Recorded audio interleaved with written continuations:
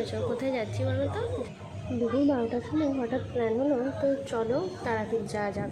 তো যেমনি কথা তেমনি কাজ, ঘুরিয়ে বেরিয়ে পড়লাম তারাপীঠ যাওয়ার উদ্দেশ্যে।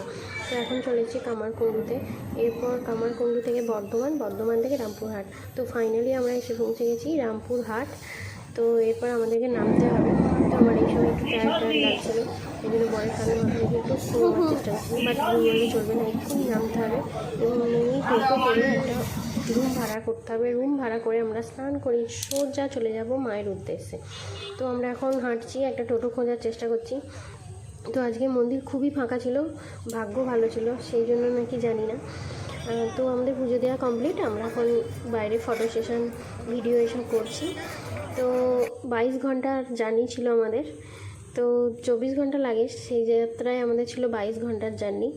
তো একটু মানে যাতায়াত নিয়ে 22 ঘন্টা। তো ভিডিওটা ভালো লাগলে অবশ্যই লাইক কমেন্ট শেয়ার করবেন।